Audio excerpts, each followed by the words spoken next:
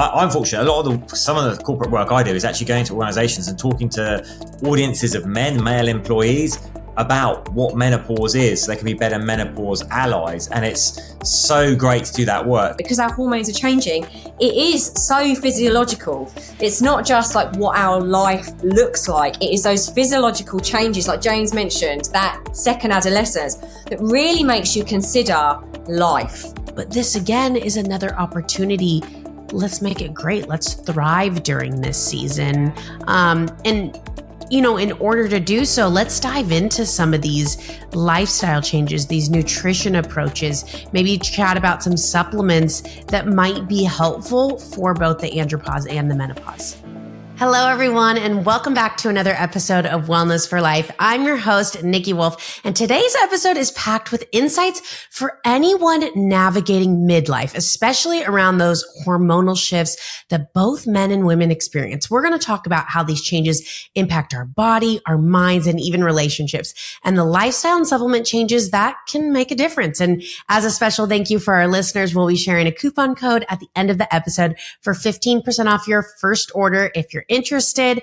But today's guests are Claire and James Davis, the powerhouse husband and wife team behind the award-winning wellbeing company 38 Degrees North and the successful midlife coaching business, the Midlife Mentors. Now, together, they are dedicated to helping midlifers create the body, mind, and lifestyle they deserve through a balanced, evidence-based approach. Their podcast, The Midlife Mentors, is one of the top 1.5% globally incredible. And they bring a wealth of experience and qualifications in psychology, coaching, hormones, nutrition, stress management, and so much more. Welcome, Claire and James. Thank you so much for being here. Well, thank you for having Niki, us. thanks for having us. What a lovely welcome. Thank you. Oh, I'm really excited. This is cool. I've only done like a few duo episodes, so I think it's a fun way to interact and engage, and we'll get different approaches and insights from both of you. So I'm excited for this. And like I always do in every episode, I really like to get a little bit of context and just understand both of your backgrounds and what inspired you guys to create the Midlife Mentors and get into a field like this.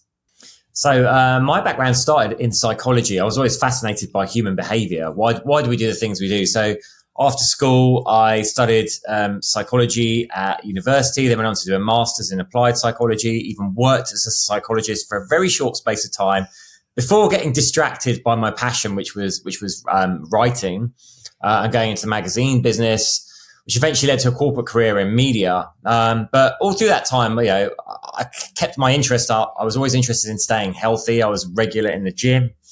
So in 2011, I decided, maybe there's a bit more. I moved to an island in the Mediterranean called Ibiza and started to set up retreats there where I kind of go away from the model that was current at the time, was kind of, they're all focused on weight loss, where it was very much like, we'll get you there, feed you just a few hundred calories, beast you hard, and you lose loads of weight. I was like, well, no, let's turn it around. Let's partner with 5-star hotels, give all the things that you'd want from a 5-star hotel. Let's have amazing food. Like, yes, there's a healthy diet, but if you want to have a burger and a beer, also good, because we're going to talk to you about nutrition. We're going to give you the tools around your belief, your mindset that actually make lasting change, as well as exercising people. So that was 38 Degrees North. And then the Midlife Mentors really came around when Claire and I were seeing so many people, so many of the clients were coming to the retreats were in that age bracket, and so many similar things were presenting. We're also seeing friends kind of going, well, it's just the beginning of the end. There's nothing I can do about the expanding waistline, low energy, libido's gone. We're like, oh no, it doesn't have to be like that. So we started the podcast in 2019. And then when COVID came, obviously, we couldn't run retreats anymore. So like, let's make our knowledge into a coaching program. So we really wanted to come at it from that integrated, holistic approach of what are the mindset tools you need, as well as the movement, the nutrition. How do you understand what's going on with your hormones? And it's really gone from there to the point where, we coach people one-to-one. We are fortunate enough to go into corporates. We work with people like Google, Citibank, KPMG. We go in and talk about the menopause and its impact, the andropause, like low testosterone, stress, relationships, communication. So that's kind of us and how we came about. So for me, I'd never exercised. I wasn't into exercising at all. I was really into very much like the spiritual side of things, the soulful mindset side of things. So I qualified as a stress management consultant, NLP. So I was really into the psychology of things. And it wasn't until my divorce where I was put on antidepressants, I was in a really like dark night of the soul, that I was eating loads, I was drinking too much. And I just thought, Claire, you've got to get yourself, I don't want to be on antidepressants. I'd been put on antidepressants. I didn't want to be put on them forever. So I was like, right, you need to look at what you can do, take responsibility with your lifestyle factors to kind of get yourself off them. So that's when I got myself into nutrition, into exercise, and it just gave me my power back. It was so empowering and it changed my life. And after that, I thought, I've got to show other women this. I had the kind of mindset stuff, I had the soulful stuff, but I'd never integrated the body. So that's when I requalified and did all my hormones and everything. And that's when I met this one. And then we kind of just went on that journey together over in Ibiza. Oh, incredible. Now, I know, we're a few years past COVID. Did you guys kind of dabble back into retreats, or are you guys solely virtual and coaching now? So we do run a couple of retreats a year. We run them at Six Senses in Ibiza and Punta Romano in Marbella. But we don't run them as much just because, honestly, they were exhausting. We loved running them. But in the season over in Spain, it was actually quite a short amount of time. And we used to run 14 or 15 and we kind of got too old for it, that midlife time. And we were just like, we can't keep doing this. So it was, I hate to say it, COVID really gave us a push to going online and also more of that corporate work. So we dabble in the retreats. We still run them, but only a couple a year. And that way it's a lot more enjoyable. We love that one-to-one connection and, community. So we don't want to leave it all together. Absolutely. And I love the push into the corporate world. I mean, I think so many of us are working from home and creating this workplace wellness because, you could work for a wellness related company, but it doesn't mean, just from my experience, like IT or the warehouse, they're all going to be health conscious. They're there, for their skill sets. And so it's important that we, flood them with information and insights as well on how to feel better and live better, because chances are all these people that we're working with on a daily basis, they're struggling with things that can be changed. And I love, Claire, that you mentioned, you're on these antidepressants and something like sparks in your brain that this needs to change. I don't want to be doing this forever. I need to be incorporating these changes. It's my responsibility based on how I feel. And so I don't know. I love when, I hear people say that, because it's not like medications are complete. No, there's a time and a place to get us to a safe place. You talk about the dark night of the soul. I've been there. I've experienced that. And so sometimes you really, really need that support to get you to a safe level. And then I think that's what you start introducing some of this movement and nutrition. You start feeling good, and that builds the momentum to want to continue to do more change. I know that was like a side tangent, but I love that you mentioned that. And I think that's such a powerful thing.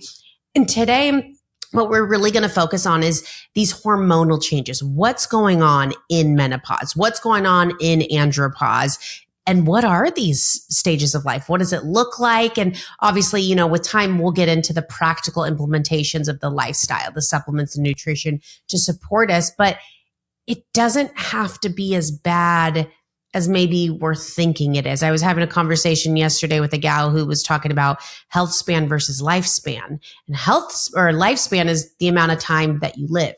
But that doesn't mean, your health span, that you have to age poorly and feel crummy as you get older. It doesn't have to be that way. So I'd love to kind of just push it over to you guys and let's explore these two major seasons of life.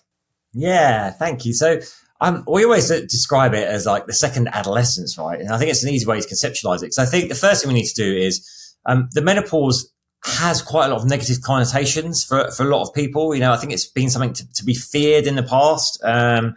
There's still a lot of misinformation about it.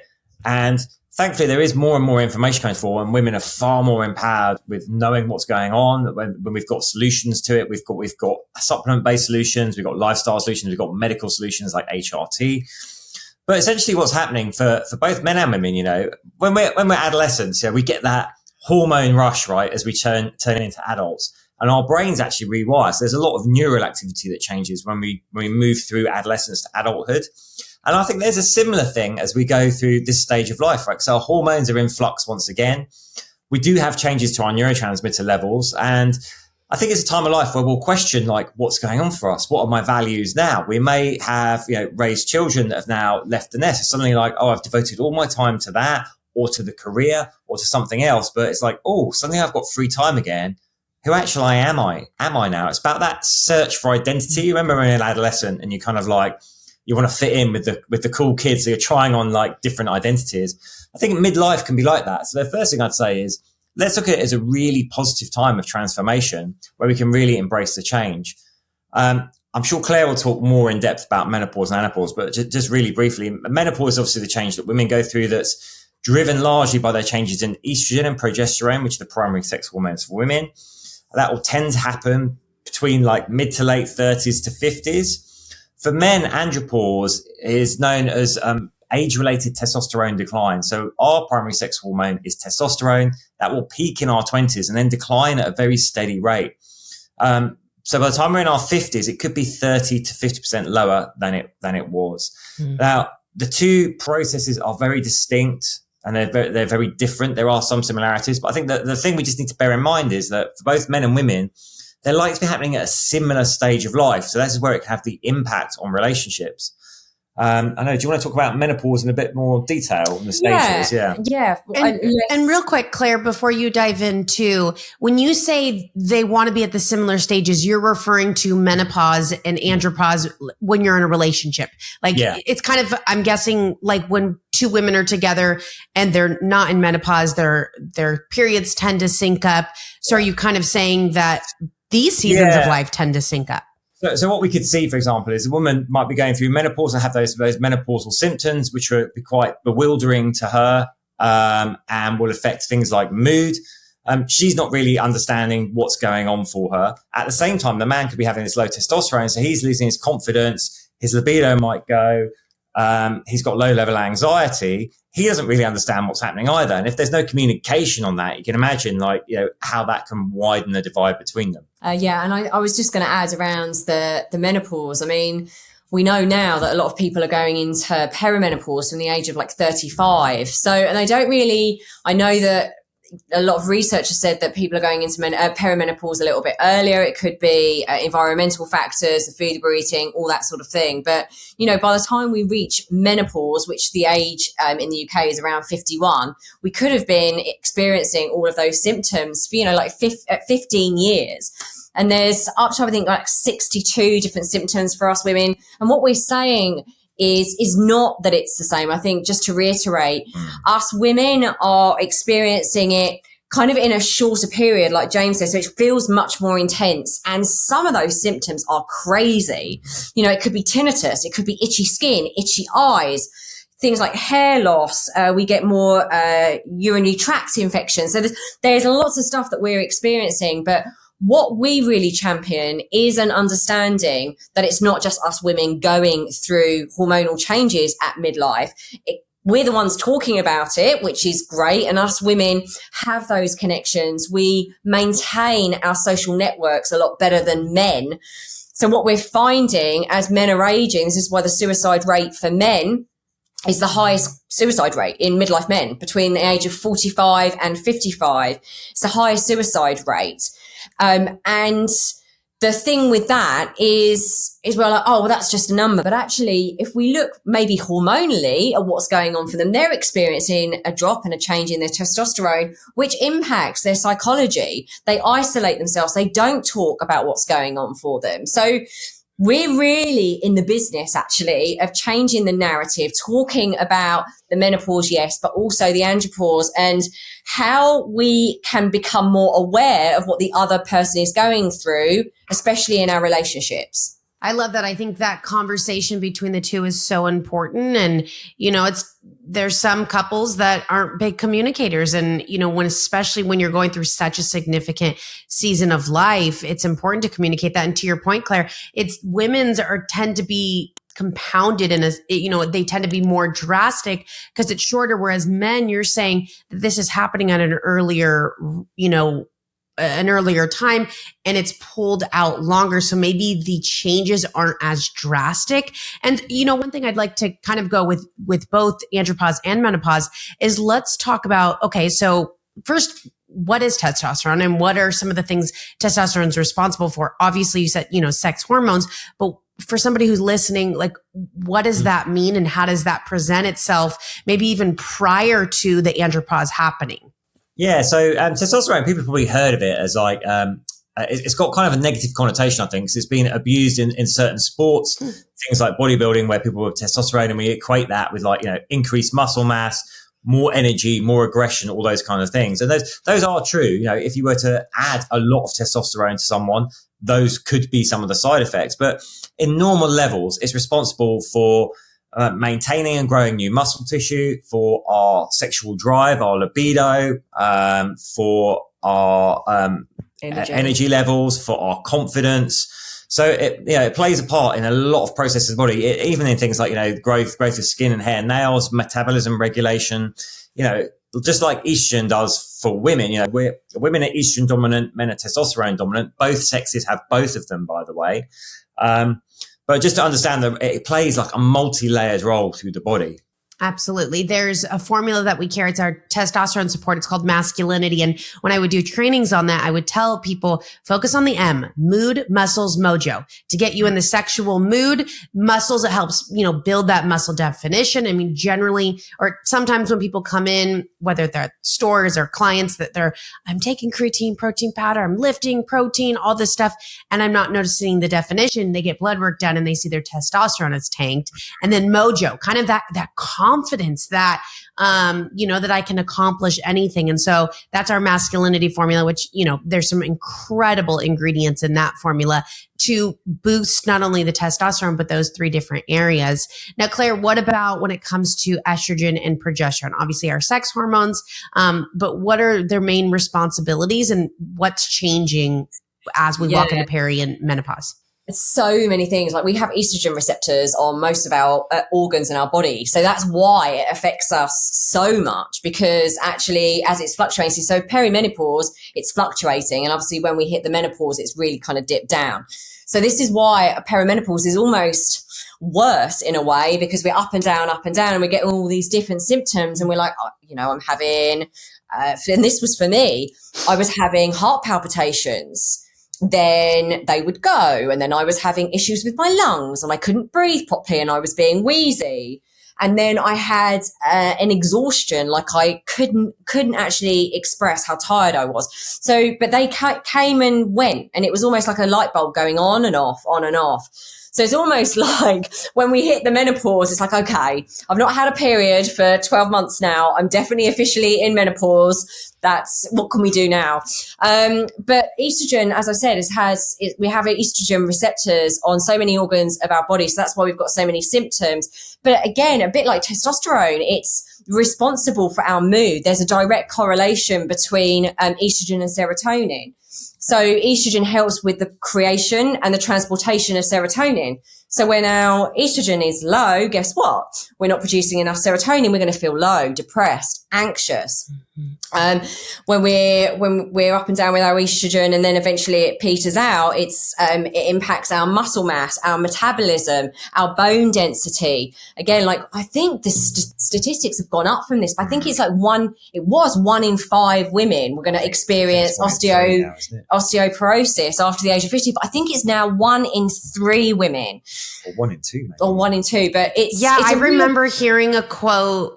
We have an osteo, and I know I keep bringing it back, but that's how I get all of my knowledge. We have a bone formula, and when we were researching it and putting in the certain herbs, I remember reading a stat that said 70% of osteoporosis patients were postmenopausal women. Yes. Yeah.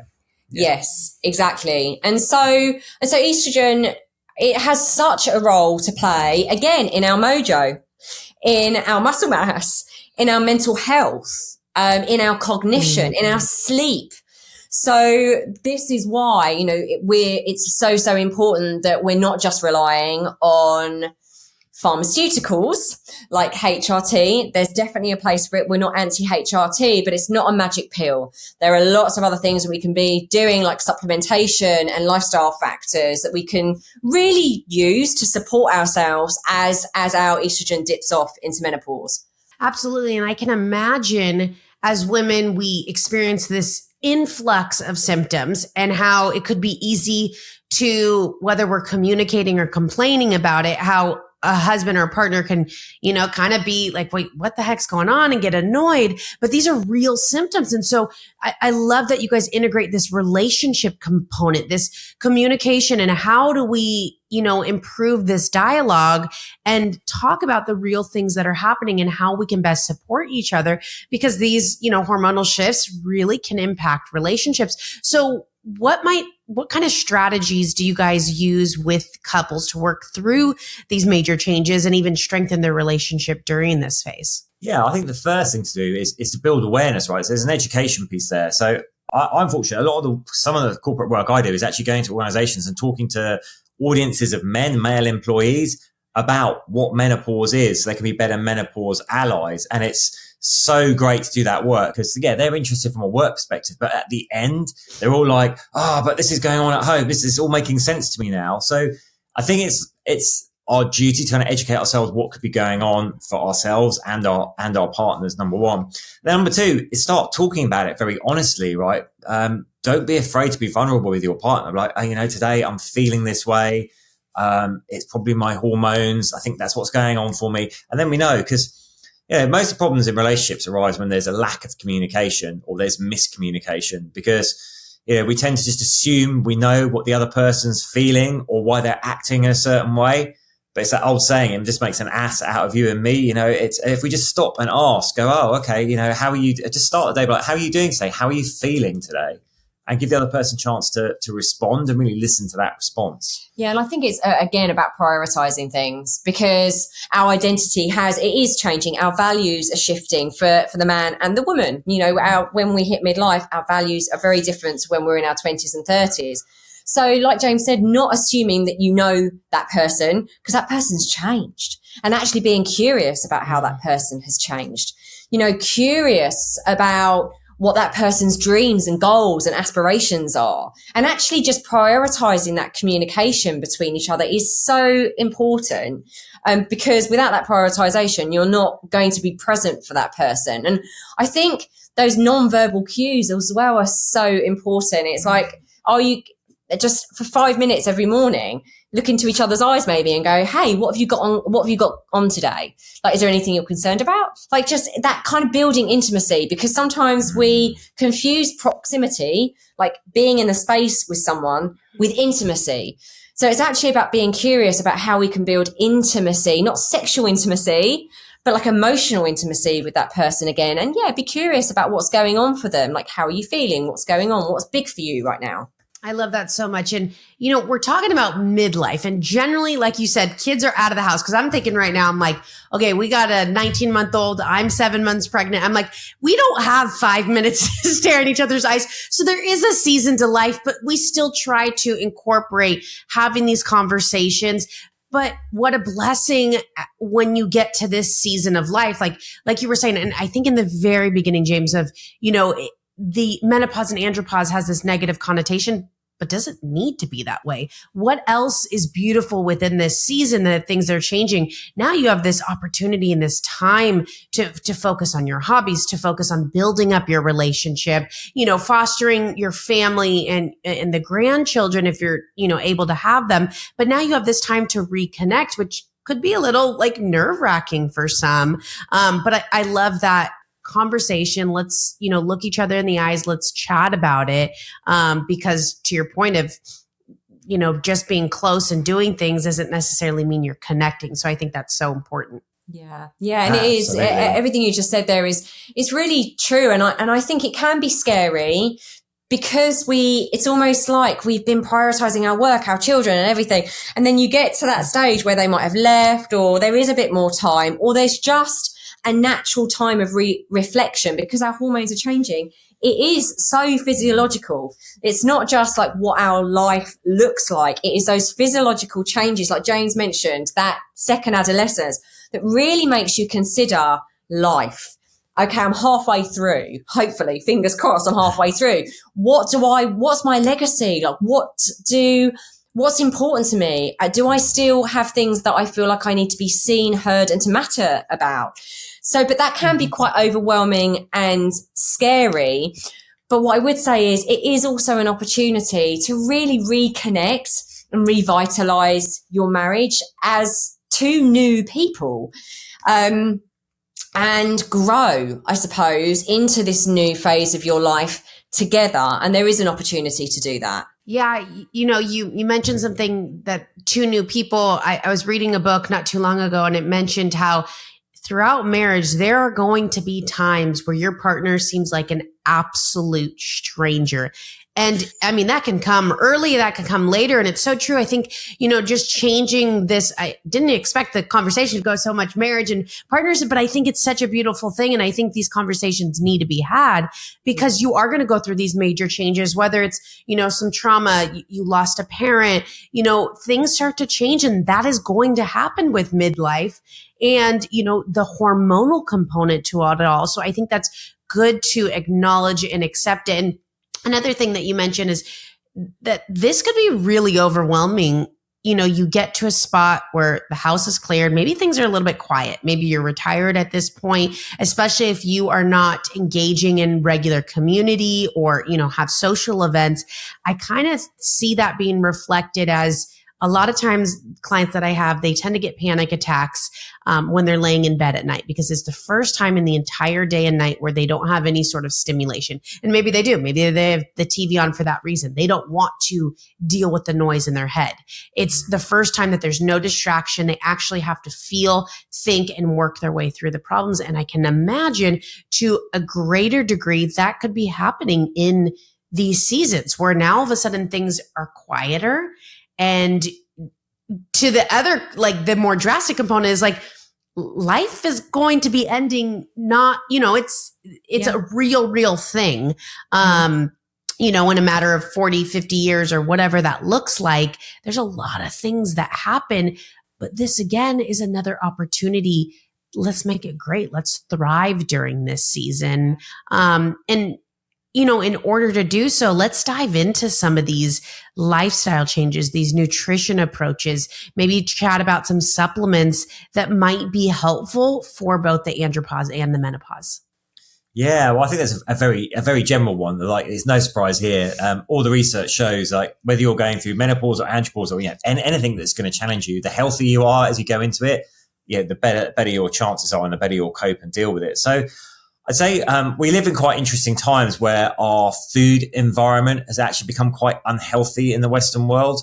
We know that we're dealing with like record rates of obesity in the developed world now, whether that's Europe or the US, and there's clearly health implications of that. It's because we have things like more processed foods in there, more chemicals, and mainly much more sugar in our food supply. So the first thing is, like, from a diet perspective, start to educate yourself on food labeling.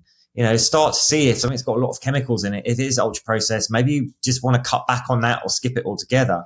Look at the sugar content. Sugar is inflammatory for the gut, the brain, the body. It has an aging effect on the brain. It disrupts hormone pathways. So any symptom you've got, it will make it worse. So start cutting back your sugar.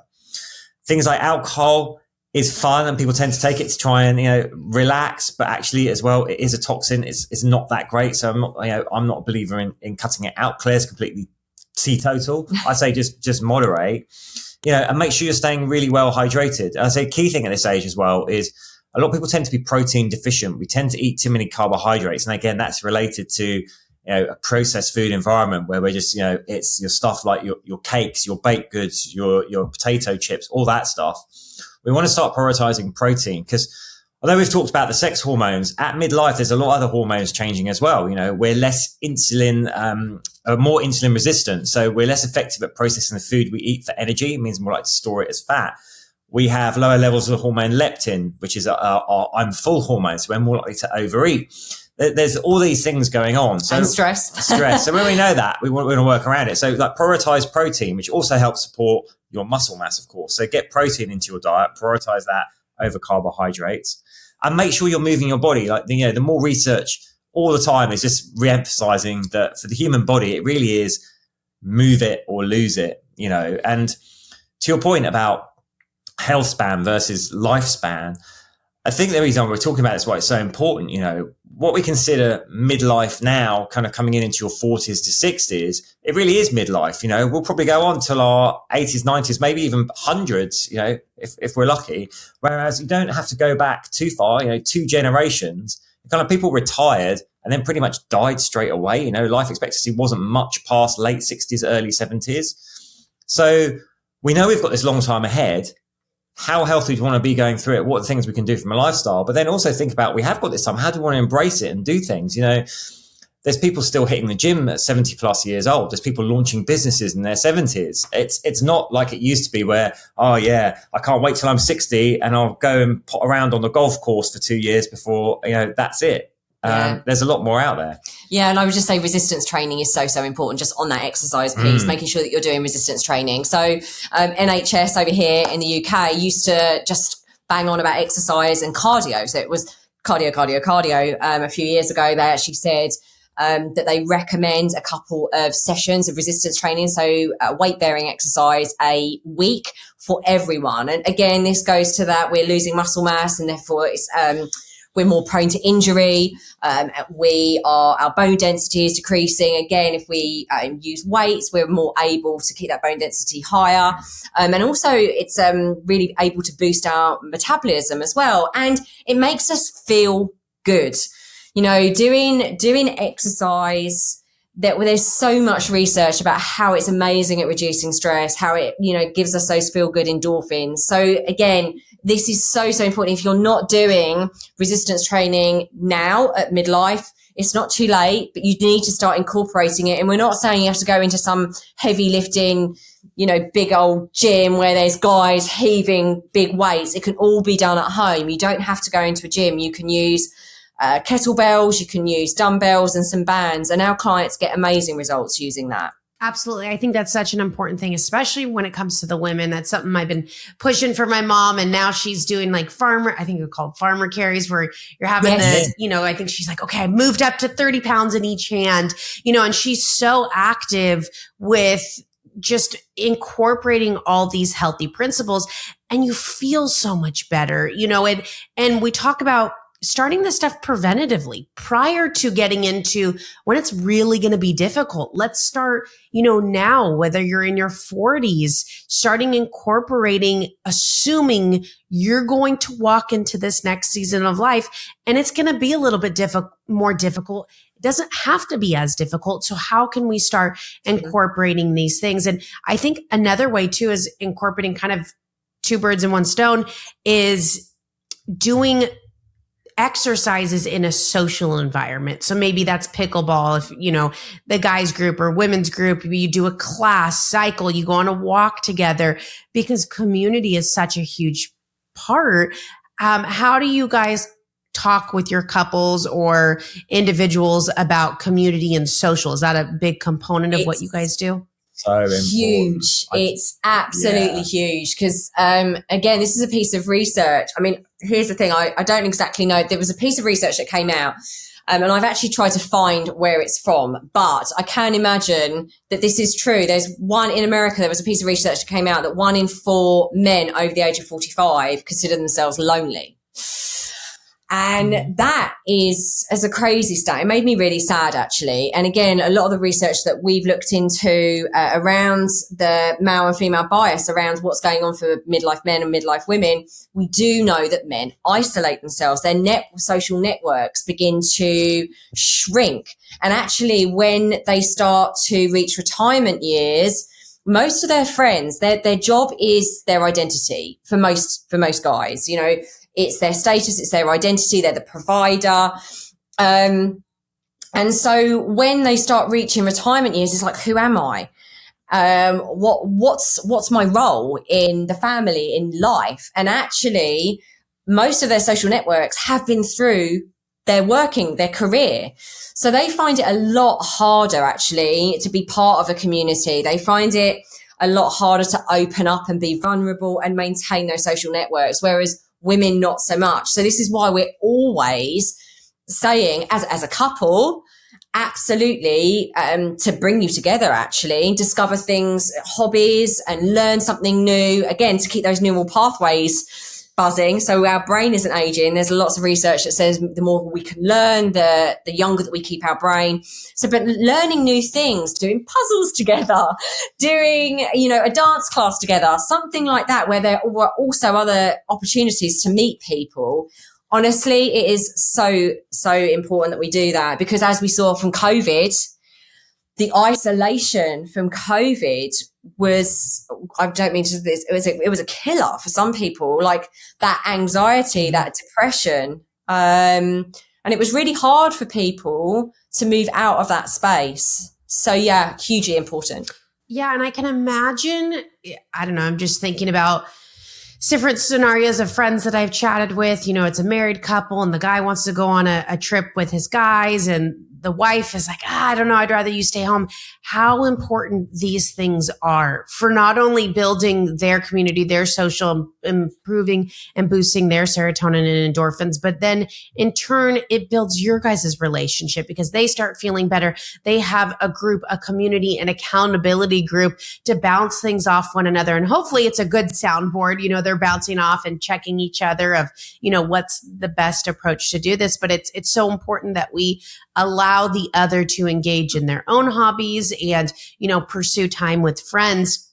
Now, what about for somebody who's listening and maybe they are in one of the four and, whether they're still in work or not work, they tend to be a little bit more isolated.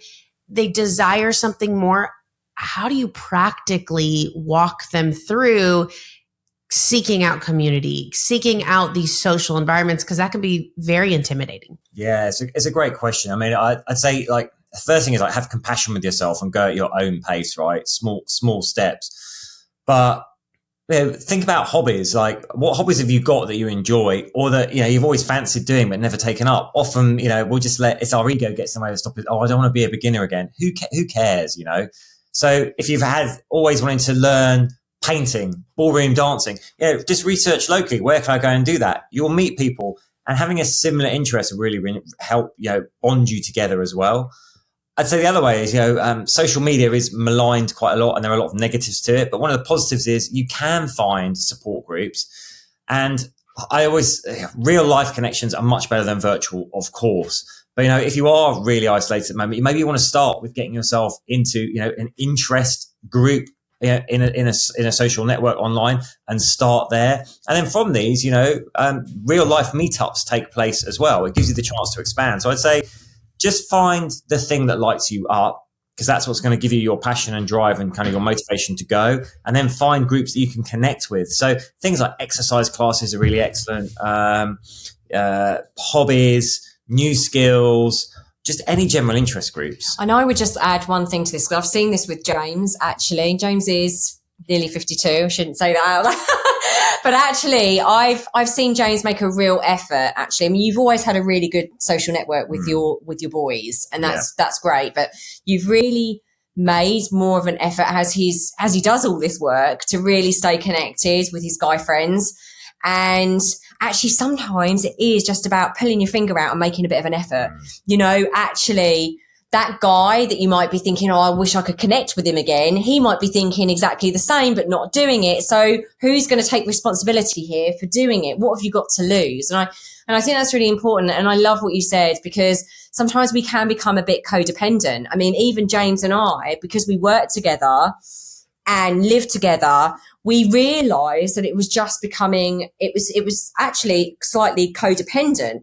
And so really becoming very conscious of that and really building our networks outside of each other has hugely expanded and positively impacted our marriage. Absolutely. I totally understand. And I think this is such an important conversation for people to do. And I have people in my life that it's not an easy step. And I know prior to meeting my husband, when I was single, I had to seek out these different things to find community, whether that's a church, whether that's a meetup group. I played a ton of sports. And so that was my in to start making friends. And so find the hobby, find something that you enjoy, whether that's cooking, sewing, whatever that looks like. You're going to find other like-minded people and hopefully connect with them. And generally they're all in the same boat, especially if they're doing a meetup group. I don't know if you guys have it over there, but we have, I think it's called meetup.com, but I'm sure there's plenty of resources where you can type in your exact hobby and location, and if you want it just women's or if you want it co-ed. So there's so many opportunities out there. I think in this episode, we've covered so many incredible resources and takeaways. But for those listening that want a little bit more guidance, I know you guys have some excellent resources. Can you tell us a little bit more about where listeners can find you online and what kinds of resources you guys offer? Yeah, so probably our podcast is a great place to start. The Midlife Mentors. I think we've got well over 200 episodes on there now. Some really great guests as well. Our website is themidlifementors.com. That's all one word, themidlifementors.com. And on there, we've got a free quiz you can take. You can read more about us. You can book calls to speak to us. And then, of course, our socials, we're at The Midlife Mentors or at Midlife Mentors on various different channels. Fantastic. Well, before we wrap up today, I want to remind our listeners about the special offer we have for you. I know we mentioned masculinity, which is our testosterone support for men, mood, muscles, mojo. We have an incredible women's formula too. We didn't really dive too much into supplements on this. Well, and let's actually quickly pause. I know that there's some vitamins and herbs that you guys maybe have talked with clients about that can be supportive during these phases. Are there some that come to mind for you guys? Yeah, absolutely. To support your hormone pathways, the key ones are vitamin C, vitamin D, B12, zinc, magnesium can be really helpful. So they're the multi-nutrients. Then adaptogens, which tend to be herbal, are things like ashwagandha has a lot of research behind it for helping balance hormone levels, reduce cortisol. A lot of women find things like black gohosh is useful. For men, there's Tonka Ali as well. That might be in your masculinity formula. So there's a few things out there. I'd say with your vitamins and minerals, you can take those pretty much all the time. For your adaptogens, just make sure that you cycle those on and off because you'll build tolerance over time. So take them for a bit, pause, and go back to them.